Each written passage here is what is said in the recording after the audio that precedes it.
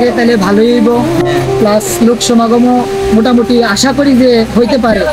আজকে যে বৃষ্টি হইতেছে তোমার কি লাগেনি যে 7,000 টাকা বৃষ্টি? না, আমার কি তো লাগে না, ওয়েদার রিপোর্টে তা বলতেছে না। এখন ওয়েদার রিপোর্টও তো অনেক সময় ভুল হয়, ঠিক আছে না? তো আমরা তো আর করতে পারি না। এখন দেখা যাক কি হয়, মার কৃপা। যদি মা যদি সব বৃষ্টি হইব, না হইলে বৃষ্টি হইতো না, ঠিক আছে না?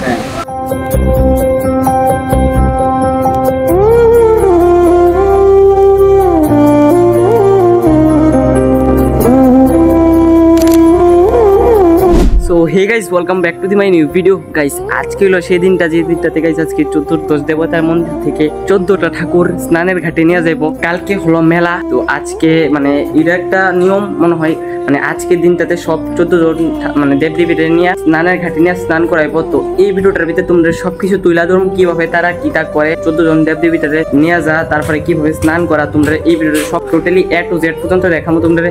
তো খালি ভিডিওটা ফুল ওয়াচ করো। তো চলো এখন যাই মন্দিরের কিছু অন্যরকম রিভিউ দিই, কারণ মানে যে এই 14 জন দেবদেবীটা যে নিয়ে যাবো স্নানের ঘাটে, এই জায়গার মধ্যে অনেক কিছু বাঁশ বেত দিয়ে অনেক কিছু সুন্দরভাবে বানানো হয়েছে। তো এটা গিয়ে তোমরা দেখাই। তো চলো। আর গাইজ মনে হইতেছে বৃষ্টি আইবো, কারণ দিনের অবস্থাটা এরকম হয়ে রয়েছে, তোমরা দেখতে পাচ্ছ একদম মেঘলা মেঘলা টাইপ।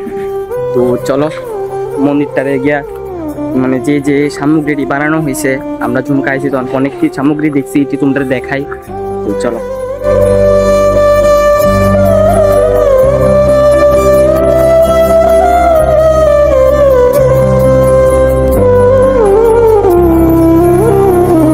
আর বন্ধুরা মনে হইতেছে আমার বৃষ্টিটা একটু কমলেই মানুষ আসা স্টার্ট হইব, কারণ আজকে এত মানুষ হইব, তোমরা তো সবকিছু দেখবই।